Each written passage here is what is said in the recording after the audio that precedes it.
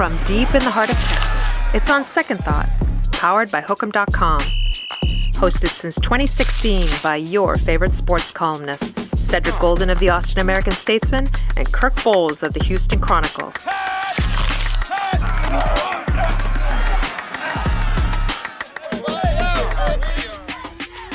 Let's do it, fellas. It's On Second Thought, powered by Hook'em.com. Cedric Golden here with the Duck Kirk Bohls. David Eckert, the Statesman's Texas Longhorn insider. The Texas Longhorns, we are 2 weeks away from Longhorns versus the Fighting Sharon Moores. Gotta change that. No longer the Fighting Sharon Moores of Michigan. I'm going to turn the page on the Sharon Moore. Did I say page? I'm sorry. I didn't mean to say page, but I'm turning the page on Sharon Moore. The Longhorns v. Michigan Citrus Bowl, New Year's Eve, 2:00 p.m. Get your Cheez-Its ready. Duck, I'll start with you. How excited are you about this game, and will Texas be able to field a team for the Citrus Bowl? Because guys are leaving in droves. I'm more excited about Santa Claus, okay? I'm approaching the Citrus Bowl with moderate enthusiasm. Same as probably the fan base of the football team. I heard you were a moderate. Moderate. Let me ask you, though. We weren't surprised Anthony Hill leaving, Michael Taft declaring for the NFL draft. Of course.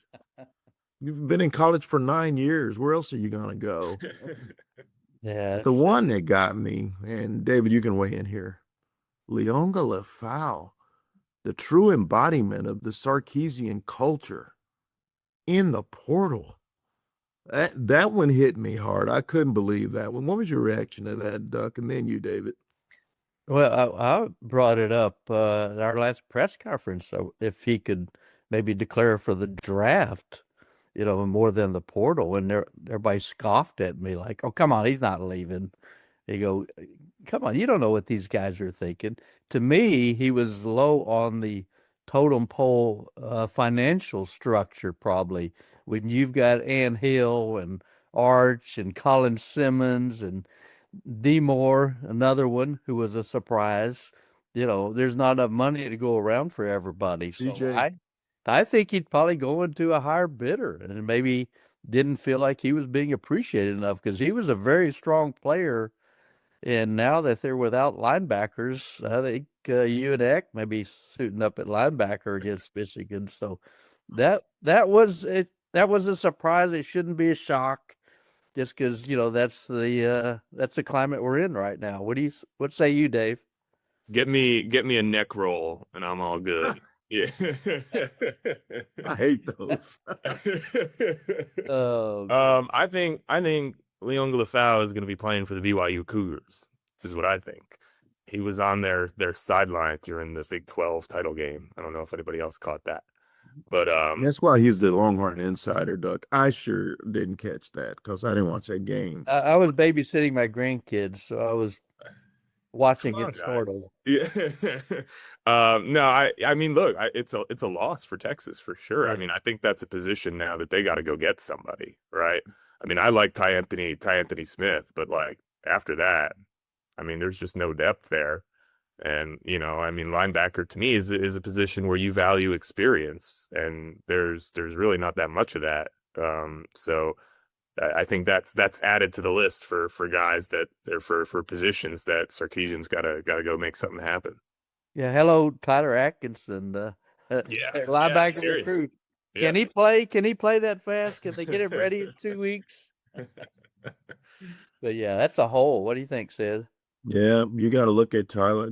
Tyler Atkinson's got to be chomping at the bit for the spring, and then you got Bo Barnes and Jonathan Cunningham are two guys who are going to get to play. I mean, well, and Brad Spence, Yeah. and I really like Brad Spence. I love how he came on in the second half of the year. So those are guys that are gonna be thrust into the fire, and I'm excited to see how they play with extended minutes. But Man, that Leonga, I wish I knew that about the BYU thing. I think I might would have wrote about that, Mr. Eckert. But Like, what do they have? Like 6 defensive starters they're going to be missing, and Yeah. Trey Moore, Yeah. I mean, yeah. What about it's D Moore? D Moore was talking all August. I'm going to win the Blitnikoff. I'm going to have, 1,200 yards receiving, and didn't quite get there. So now he's leaving too. So yeah, I mean, that wide receiver room to me is interesting because this year you had 4 freshmen who were top 200 overall recruits who pretty much did not play. I mean, Dalen McCutcheon played a little bit, but Right. outside of that, so I mean, you got to make some room for those guys somehow, or they're going to go somewhere else. All right. So, I guess maybe if you're looking at the options to kind of, give an elbow, I mean, maybe DeAndre Moore is one of those guys because certainly it's not Emmett Mosley and it's not Ryan Wingo, right? So, I think they had to make some room there. I don't know who their preferred room would have been, but it was a surprise though. That it's the NFL, I think, is a surprise to me. Well, we didn't see Jamie French at all. We barely saw Yep. Khalid Lockett. But like you said, Ryan Wingo exploded, made one of the second all SEC team and was a big part of their offensive rise in the second half of the season. I like Emmett Mosley. I assume he's coming back. I think he's a strong player. And then Parker Livingstone, they didn't use him as much the second half of the season. I don't think he was 100% healthy either. So as you mentioned, those freshmen and the ones they got come back, but I bet they'll grab somebody else, in the portal, try to get another Matthew Golden or A.E. Mitchell or somebody like that. I wonder about tight end too. Jack Indries walked. I asked him after the Aggie game, this was your last game as Longhorn, right? And he said, yeah. Then I've read some reports that, well, maybe he could come back. So maybe some money got freed up with all these departures. It's hard to tell about eligibility anymore because, we're all going to the Aggie game Saturday. Carson Beck is back for his 17th year, I think. He was on 2 Georgia national championship teams. He didn't play, but he was on those teams. So I know this is his 6th year. So that's the hard thing now. It's just hard to tell with eligibility. You just assume with Diego Pavia and Carson Beck that they can play forever. Well, speaking of quarterbacks, I mean, shocking news coming out of the 40 acres at Arch Manning. Breaking news. Oh my God, how does Chip Brown do it? We get news. Dave Wilson Manning returning for another year. I think our friend Dave Wilson got the scoop on that. Who did? Dave Wilson, our friend from ESPN. Was it Dave Wilson and then Chip Brown that followed up? Was it Dave Wilson first? Well, everything I saw that he talked to Cooper Manning, the dad who talked to him, and we all knew he was coming back. Did we, Doug? Come on. Yes. How did we get caught slipping? Well, I remember I asked him at the last press conference, is Arch coming back? What did he say? He said, I haven't asked him. I haven't had. Maybe I should. Right, yeah. He was very No reason to ask. No reason. And news is news. And I love Dave and Chip. And we knew he was coming back. And, to that end, Sark was asked this past week about Manning coming back. Here's what he said. I think he's a young man who's gotten considerably much better as the season's gone on. And not only physically, but I think mentally, maturity-wise, of assuming that position. I would think he's going to want another year of that growth to put himself in position for hopefully a long career in the NFL. And he's got some unfinished business. For him, I think the competitor in him is going to say, man, I sure would like another crack at trying to do those things. So he's got something to prove. Of course he's got something to prove. But here's a question. I'll start with you, David. Doesn't it feel like Arch Manning is next year's quarterback? That people were just a year early on Arch, kind of by the way he finished up the season? Yeah, 100%. I mean, if you're talking, I was looking for Heisman odds for next year just because I was curious. I couldn't find any, but I mean, he's got to be near the very top to me. I mean, just the way that he closed the year against good teams, the last 5 or 6 years, or 5 or 6 games, he's averaging almost 300 yards passing. I mean, pair that with the running ability, pair that with the fact that his offensive line is a complete piece of Swiss cheese, like just total disaster. And if they're even competent in front of him next year, I think the numbers are gonna explode. So yeah, maybe we were a little early, but I just think the system around him, especially at the beginning of the year, was so bad. Just the support structure that, I think you could stick Fernando Mendoza in that system, and I think he's going to struggle too. So maybe we were a year early, but I think he's going to be a stud. Kirk, Yeah, go ahead, Sid. you had Arch Manning as the Heisman Trophy winner before this past season. You had the Longhorns Did you have Klubnik as the national champions, and you had Burger King ranked ahead of McDonald's. Just Ofer. I mean, you took you and Eckert are baseball guys. I mean, you took the collar, big dog. You took the collar on all things Arch this year, but you can cut and paste all of that hype for next year, and you just might be right for once. Well, listen, two things. I didn't have the foresight of my good friend Cedric Golden, who wisely picked Clemson as his number one team and Cade Klubnik as his Heisman winner. Did Klubnik finish the Why are year? you dredging up stuff from the past? We are moving forward, sir. We're talking about next season. Did Clemson even make a bowl game, for Pete's sake? I mean, Yeah, they're playing my Penn State Nittany Lions, Kirk. well, there you go. And So no, they didn't make a bowl game. in the prestigious Pinstripe Bowl. I want to get back to Penn Yankee State. Stadium. Yep. Oh my God, what a nightmare! It's going to be like 20 degrees. It's gonna be cold. Outdoor press box. Oh, Have fun with that. Yeah. I want to get back to Penn State in a second with Mr. Nittany Lion himself. But I wrote this week about Arch's stats compared to Marcel Reed, and Marcel Reed was a strong to fringe Heisman candidate.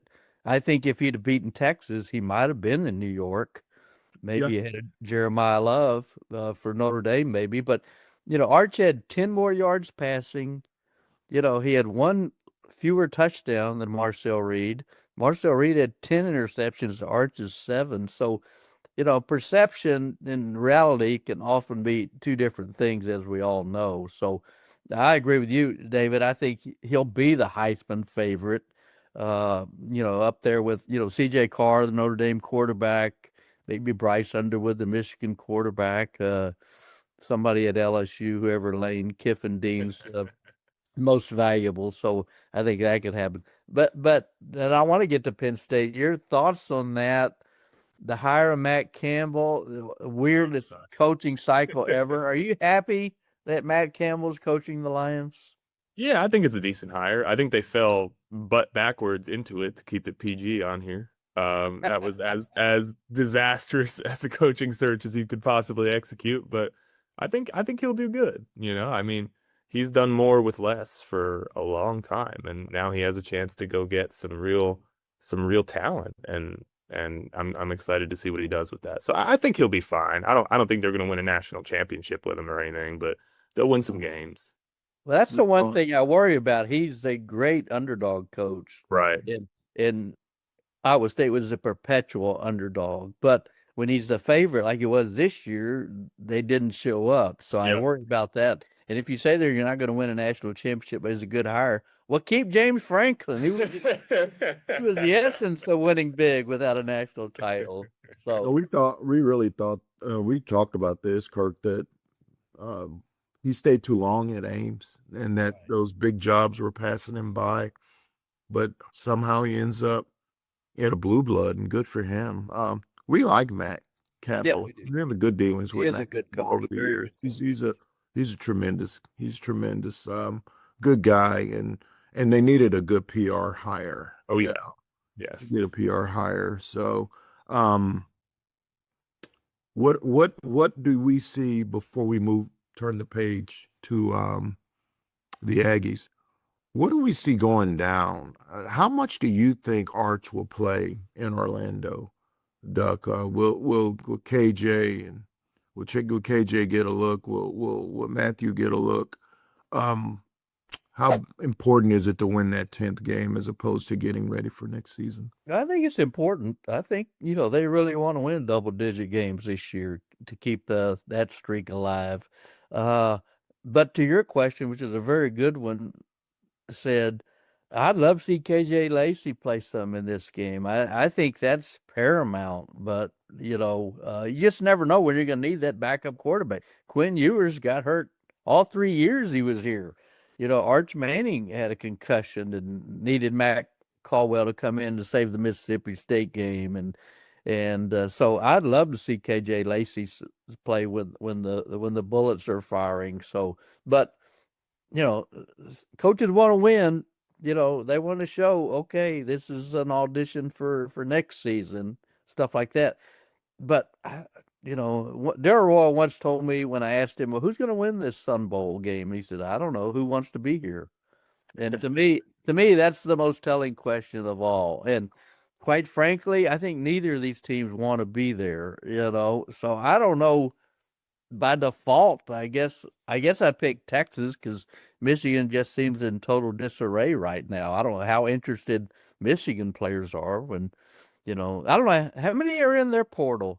David, have you seen? I know they've had a few players like a backup quarterback, Jaden Davis, and Justice Haynes. I think their running back is in the portal too. But I don't know if they've had the numbers Texas has. Have they, David?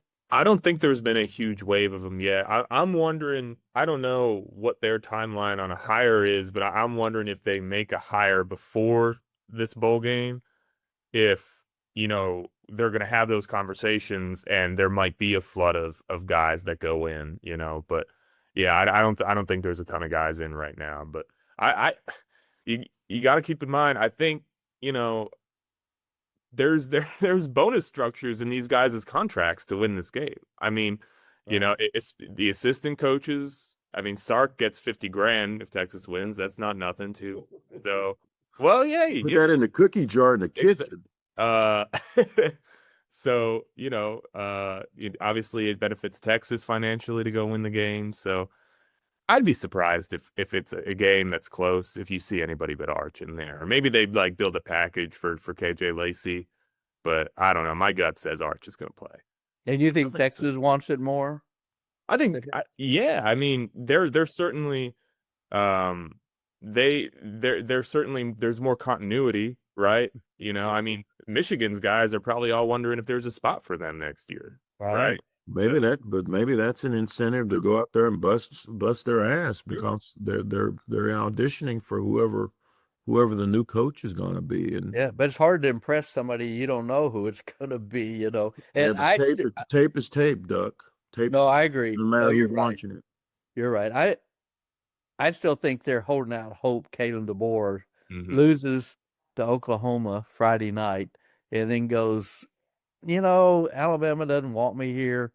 This has been just a grind. Here we are, CFP. Last year just missed the CFP. But he's lost 7 games and lose to Oklahoma for a third time. It's 8 losses in 2 years. So I think he's a fabulous coach. But I don't know. I mean, I still don't know why he took that job. Yeah, I don't know why. Well, we know why. Outside of the dollars. But it's the number 1 program in the country. Now you could argue Georgia is, but who wants to replace coaching Jesus? You violated the first tenet, said you're absolutely right. Don't replace the legend. Replace the guy who replaced the legend. So yeah, he could have gotten that job in 4 or 5 years. Yeah, but it's like a little bit Mac leaving North Carolina for Texas. Obviously, that was a step up, big time. That wasn't a lateral move. No, but he replaced John Malkovich. He didn't replace Darrell Royal. That was a decided step up, Yeah. And so was Alabama, quite frankly. But of course, and everybody wants to coach and play in the SEC. So I don't blame him. I don't think it was the wisest choice. And had he still be in Washington now, he'd probably be going to Michigan. He'd be looking at it. They looked at him before. So they're looking at Washington's coach now. Yeah, Jed Fish, former Harbaugh guy. But, I would contend do they really need a Michigan man anymore? I mean, try a different route, okay? The last Michigan man won a championship. Yeah, and cheated his butt off to get there, you know. And don't tell me, Cheating, oh, not it didn't trying, matter. Duck. What's that? You're not cheating. You're not trying. I mean, I know there's levels to cheating. I know they'll take Harbaugh cheating over Sharon Moore cheating. I know that's different. Well, they cheated Harbaugh's unapologetically. cheating led to the promised land, got them the crystal ball, and then he got out just like Pete Carroll, one step ahead of the posse, got out of town, went to the NFL. That is tried and true. It works, Duck. It works. I'd get away from the Michigan playbook and maybe, still try to get Kenny Dillingham. I think he's an up-and-comer, rising coach at Arizona State, and he hadn't signed his extension yet. So who would you hire? Who would you two hire if you were Michigan? Go ahead, David. Kalen DeBoer would be my first choice, but I think you're right. I like Kenny Dillingham too. He'd be my number 2. I like Kalen DeBoer. I like him going back up. I like him going back up north. He knows the Midwest, West Coast streets. I mean, I think it's a win. It's a win for him. And then money and he'll play. He's only got to worry about what, 2 or 3 teams. So exactly, it's not the SEC. And then if he left, then Lane Kiffin can go to Alabama. I mean, he's got to be tired of staying at LSU as long as he has. I know it's been a minute, man. It's been a minute. That would be absurd. That would be crazy. But speaking of Lane Kiffin and Ole Miss and everything, let's dive into the CFP. We're all going to be at the A&M game come Saturday. You guys like the Aggies' chances to get past Miami? I do. Why? Well, the home field advantage is a real thing in all of sports. Kyle Field's going to be rocking. I was down there for a media availability on Monday while you were snowed in New York. You just need to quit doing rich. I know you're rich, but you don't have to keep up appearances. It's okay to stay home, Mr. Bohls. It's love okay to stay home. Broadway plays. I heard you kick the panhandler in the crotch. Why do you do that? Just give him $20 and keep it moving, Duck. Just give him $20 and keep it moving. I digress. They're excited about history can be made. This is the biggest weekend in Texas A&M history. I wrote about it today, Statesman. You've got a volleyball team playing tonight in the Final Four. And then you got the football team hosting the Canes. A winnable game. I just think they have to just impose their will early, get after Carson Beck. I'm not a big Carson Beck fan. I'm not. He throws it around. The Longhorns picked him off 3 times in Austin, and they still couldn't beat him. But I think if they get after Carson Beck, establish a run game. I don't know if Le'Veon Moss is playing, Duck. I asked him, well, yeah, we're in wait-and-see mode. That's all he had to say, Elko, about the Le'Veon Moss. But they're plenty good on both sides of the ball. I don't know that it would be a high-scoring game, but I think they could win a mutter. I think they could win a 24-17 type game. David? I picked Miami. I think Texas A&M has a lot of bad habits that don't impact you when you're playing teams that aren't as talented as you. Right? Like they turn the ball over a ton. I mean, they've got like a substantially negative turnover differential, which is wild. For a team given a record for 11-1. Yeah, exactly. I mean, I think in their last 3 games they've turned it over 8 times and forced 1. Like, yeah, that's horrific. Yeah, I think they got 3 interceptions all year, I think. Yeah. They don't have a kicker. Yeah, Randy Bond. Yeah, he got benched. He just can't make them. He got benched for Zirkle. So I don't know. Their ability to do the little things right in a game that I think is going to require that, because Miami is comparably talented to them, scares me. So I picked Miami. I think Carson Beck might not be that guy, but he's certainly experienced in this type of game. Mm-hmm. So I think the Canes are going to win a close one. And Carson Beck, 34-5 record. Yeah, he wins. That ain't chopped liver. And I was looking today at ESPN at a list of the top 50 players in the CFP. Miami had 5, Yeah. A&M had 3. So A&M had Marcel, Casey Concepcion, and Cassius Howell, the sack leader in the Sack SEC. man. But Mario Craver, because he wasn't great this year, Mario. he was kind of dinged up, I think, second half of the year. But Concepcion's a real deal as a punt returner and a wide receiver. But I mean, Beck's in there, and Messador and Bain up front. They had a very good defense from Malachi Tony, freshman wide receiver, at like 10 touchdowns and 900. They're really worried about him. He's good. We had Skelko about. He goes, "There, how can what problems does Malachi Tony present?" He goes, "Where do I start? Yeah, Where do I start?" yeah, absolutely. And they got one of the best right tackles in college football too. So this is a talented Miami. I think the pucker factor is always a worry with the Aggies.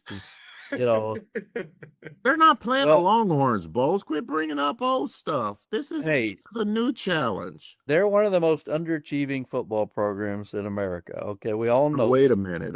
That's where I draw the line, sir. That's where I draw. Tell me who's more underachieving. I don't know, but wait a minute. You were alive when they won the national championship, because the week after you were born, Hitler invaded Poland. You were there. Yeah. So quit pretending that 1939 didn't happen, Bohls. It happened. They won a championship. I remember when it was only 86 years ago. Homer Norton said, Watcher. They beat Tulane 14-13 in 1939, and Tulane's still a power this day. Was it cold? Was it cold that day? They won, Duck, or what do you remember about that? It was a little chilly. Just a little chilly. Who are you picking? You sound like you're picking Miami, because you used the P word. They have to win this game. A&M has to win this game. Otherwise, everybody's going to say the same old Aggies. It's like they can't get out of their own way. They're higher ranked at 7th, and I can make the argument they should have been 5th or 6th and played Tulane or James Madison, but they weren't.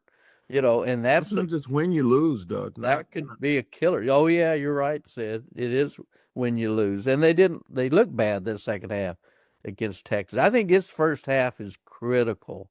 They need to come out smoking and put the lumber to Miami and maybe get up 10-0 or 14-0, something like that. But I think it's going to be a terrific game. I'm glad all three of us are going to be there to enjoy. It's the best first round game, and if it wasn't for the NFL, it'd be on Saturday night, wouldn't it? So they are not happy about that 11 a.m. kickoff. No, we are, because we make deadline. So you are, because you still live for the print edition. But you're gonna wake up Sunday morning with at breakfast table with ink in your fingernails. You can't wait to read the paper Sunday morning. You can't wait. I'm a print guy. Well, who are you picking, and quit dancing around it? I'm going to pick the Aggies to win late. Homer. What a homer. Who you got? I'm gigging. Eckert isn't from Texas, so he always picks against the local team. Oh, come on. Picked against the Longhorns like 8 times this year. See what I have to put up with, David. I picked the Horns in the Lone Star Showdown. There you go. I picked the Aggies in the Lone Star Show. Yeah. Just to prove that I'm neutral. Okay, well we got to put a wrap on this, but I want to know who you guys have winning the whole thing. Probably you. Let's go youth before beauty. So that means Eckert, then myself, and then the Crypt Keeper. Go ahead, David. I picked Indiana. I picked the Hoosiers, which is crazy. I think they've got elite coach. They've got the best quarterback.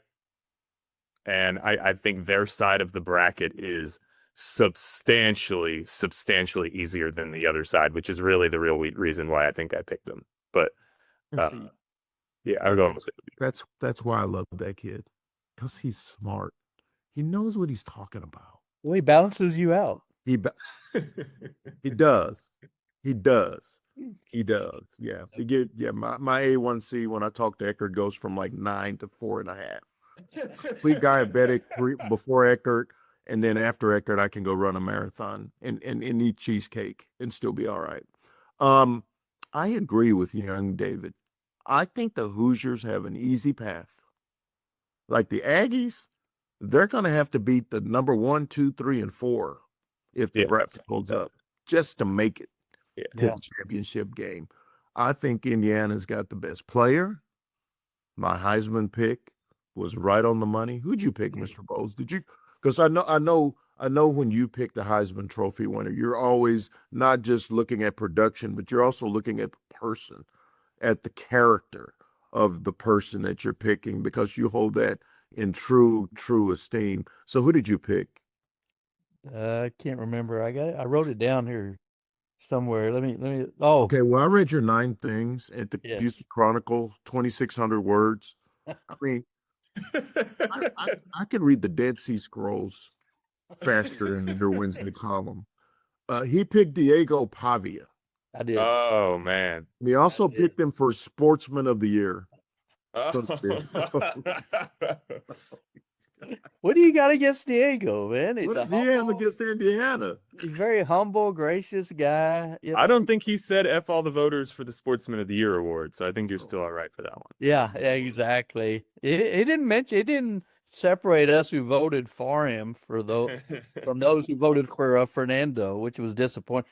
Has anybody ever done more damage to their reputation than Diego in one night, other than maybe Sharon Moore? I was about to say you're not up on current events. I'm gonna say no, because now he might not get drafted. Yeah. Before, he was an undersized quarterback strapped with ability, but now there are character issues attached. Exactly. Do you really want an undersized guy with ability and character issues? That's the Cleveland Browns, how that worked out for them in 2021. So, and Johnny Manziel been going his games, so maybe he's been hanging with Johnny. I don't know, but all you had to do was say congratulations, take a couple of photos on Instagram, and whenever whoever gave you that sign or whatever that was, I don't know if it's AR, go, oh no, dude, I'm not into that. And and the apology was coming. That was a PR thing. It rings hollow with me, because if you're really a quality sportsman, then you're not going to change overnight just because you may have had a couple of drinks. I thought it was just a horrible way for him to enter this draft process. There are people that have already crossed him off the list because of what he did. You have to. I mean, unfortunate. If he was 6'4", 225 with like Arch Manning, people would be going, what a dumb thing to do. But yeah, if he's there, we're gonna have to give him a look. He's got a gun. I'd love to be a fly on the wall when he visited Clark Lee, the coach. Yeah. Clark Lee doesn't roll like that. That's who I feel sorry for, because Clark Lee is one of the most reputable, really strong coaches, I think, in college football, and somebody who I have enormous respect for. So it's unconscionable that Diego reacted that way, and he just believed his own hype, for lack of a more colorful word. And he smelled his own urine. And Dad would say that. And it's like he had the biggest chip on his shoulder, and this is who I am. I'm an underdog. I came from New Mexico Institute, and I love it. I love that about him. I love what he did. But he couldn't separate. He couldn't, you can still be humble, and great. And I thought, you know what, Duck? Yeah. I don't know that he turns that faucet off. He doesn't. After he gets off the field, because how many times have you seen Diego Pavia in fights and scuffles on the field at Texas? That's who Those he is. guys, I mean, it was ugly during that game. And then in subsequent games that I've seen him, he's a trash talker. I don't mind that. I talk trash when I play sports, but I don't mind that. But after you leave the field, it's over. And you can't be the persona and the person at the same time, because that can get you in trouble. Yeah, I think he just completely regrets it now. He just got swept up in the emotions. I deserve this, and I should be the Heisman voter. I mean, he lost big time. He got 189 votes. I voted for him because I thought his impact was better than anybody. I think, Fernando Mendoza is such a deserved winner, no question about it. But you take Diego off that Vanderbilt team and just put any other quarterback, they might be 6-6 or even worse. And so I felt really bad for him, but I felt worse for Clark Lee and the Vanderbilt program that had come so far the last 2 years. So and if there's an MVP vote, yeah, 100% of Heisman, Diego's the MVP of college. Right. I don't know how we got off track here. Well, who you picking, old man? I'm picking Indiana as well. I was. Oh my God! So we're gonna go over. I was thinking, and I didn't know who you said. I've got Indiana over Georgia, but I think Georgia can beat Indiana because they've come together and really evolved this year. They're playing with a lot of swagger. Who do you have Indiana beating you to? I got Georgia. That was my pick. Me too. Is that yours, Hank? Is that yours too? Yeah. All right. Here's a question. If you have to pick somebody else getting there besides Georgia, would it be Ohio State? Yeah. I tell you what, if the Lane Kiffin stuff had not happened, I would like Ole Miss, but I don't. Yeah, it's too much of a mess. I think that roster can do it. But let me ask y'all this before we get out of here: is it the portal? Is that the reason why you just gotta go? Why you got to take the job, even though you could be coaching a playoff team? Is that the reason? Because you got to get to recruiting and get to the portal because early signing day. That's an absolute great opportunity for Lane Kiffin to win it all. Ole Miss is really good this year.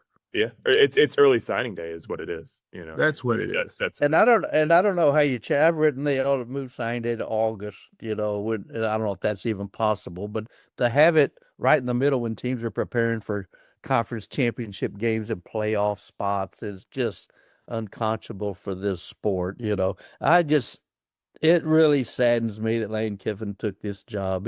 He destroyed his legacy at Ole Miss. They would have named the stadium after him. I think statue. He would have been, revered for the rest of his days, and now he's reviled the rest of his days. And I can't believe he gave it up. His dog was the mascot. Unironically, his dog was the unofficial Ole Miss mascot because they don't have one. Yeah. I mean, that's it doesn't surprise me because that's just kind of who Lane is. But it's like greener pastures always there for him, and he doesn't even. I don't even know that he wants to be in Baton Rouge. He wants to have the resources that I get that LSU has, and I guarantee you, if Kevin DeBoer left, there'd be rumors. Oh yeah, for him going to Alabama. Oh yeah, but that's his white whale. I'll tell you that right now. That is 100% his white whale. But is that a false dream, David? Because they could have had him when Nick retired, and they didn't hire him. What does that tell you? They didn't want him. They're scared of his personality. And I think Nick Saban didn't endorse him. He really likes him, but I don't think he wanted him to come to Alabama. Yeah, it's I mean, at Alabama, you got to kiss babies, and Lane Kiffin is not going to kiss babies. That's one thing he's not going to. Well, so what? Well, come on. I didn't say anything. Oh my God. Hey. So nobody's got any love for the Aggies or Texas Tech in the playoffs, huh? No. I think the Aggies are going to be a one and done. So you think they'll lose to the Buckeyes? You think? Yeah, I do. Yeah. I think they'll win this one and then they'll lose to Ohio State. Wouldn't Texas Tech? Would they play? Oregon.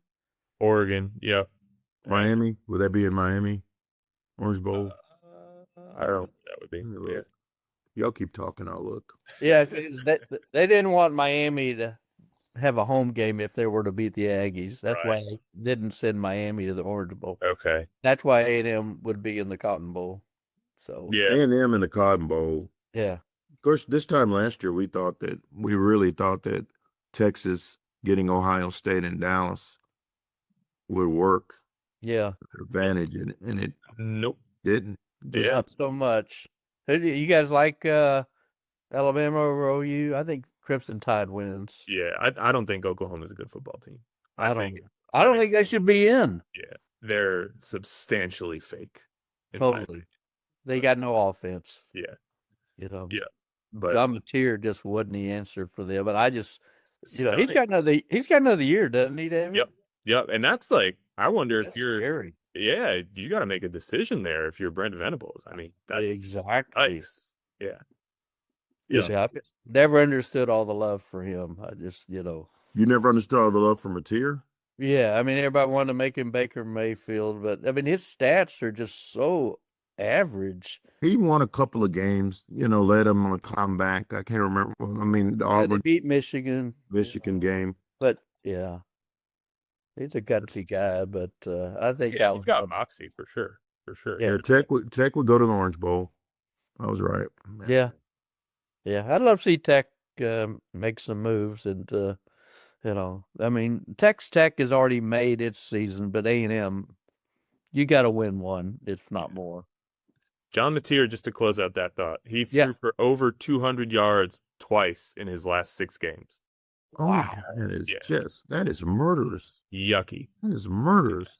And nobody's really talking about that. He's just been a shell of a quarterback. He really has. So, anyway, Well, before we get out of here, what do you guys have planned? Because we're not gonna be able to tape. We're not gonna be able to tape over the holiday, and we might. I don't know. We're getting to Orlando at a different day, so I don't know if we'll be able to tape out there. But right. what do you have up for your holiday plans? What do you have going, Duck? What are you getting your kids? Because they don't listen to the podcast, so you can say it publicly and it won't get back to them. Oh, goodness. I don't know if I'm getting him anything extravagant over here. We took our What about oldest the grandkids? Oh yeah, you got lots of toys and gifts for them. So Brewer and Ford will be happy come December 25th. How about you guys? What are you guys planning? Are you going home for the holidays, Mr. Eckert? I'm gonna do Christmas here, and then Yeah. Christmas night I'm flying home for a couple of days to Scranton, and we're gonna do some holidays with the parents, and that'll be good. Good. And then I'll be back down here. Be up there for 3-4 days. Excited to get an East Coast bagel. That's Nice. really that's a the real, only a real reason. one, a real Yeah, bagel. exactly. That's really the only reason I'm going home.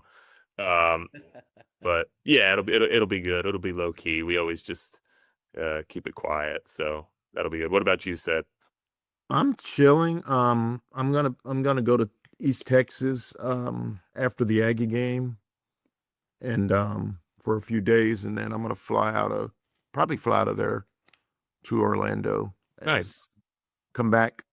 Maybe the Aggies will still be alive. Maybe they won't. We'll see. We'll see. So that's gonna do it. Happy holidays, friends. Enjoy holidays. your families. Enjoy your friends. Just remember this is a time when we should be loving on each other and enjoy football. So excited about bowl season. Duck, are you watching all the bowl games? Or are you? Oh, everyone. I'm not going to miss one.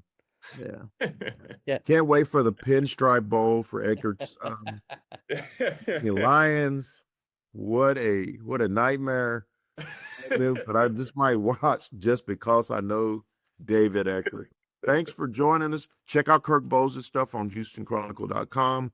Myself and David will be posting stuff on Statesman.com. And we will have a Longhorn Confidential podcast or two before the bowl game. Take care, guys, and be safe out there. Happy holidays. All right, see y'all. That's a wrap. You've just experienced On Second Thought, powered by Hookem.com. Want more? Join Seth and Kirk every Thursday for a fun sports ride from the ATX. Find archived episodes anytime on YouTube, Apple, Google Play, and Yahoo.